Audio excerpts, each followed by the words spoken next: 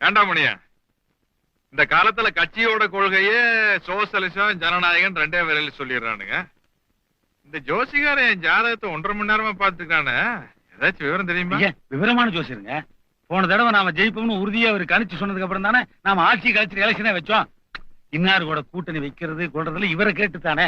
அப்புறம் நான் முற்போக்கு கூட்டணியும் போ, லட்சி உறவும் போ. சாமி பார்த்து சொல்லுங்க சீக்கிரம். பார்த்துட்டேன் சொல்றேன்னு தப்பா எடுத்துக்காதே. உங்க ரேகையும் சரியில்லை, இந்த ஜாதகமும் சரியில்லை.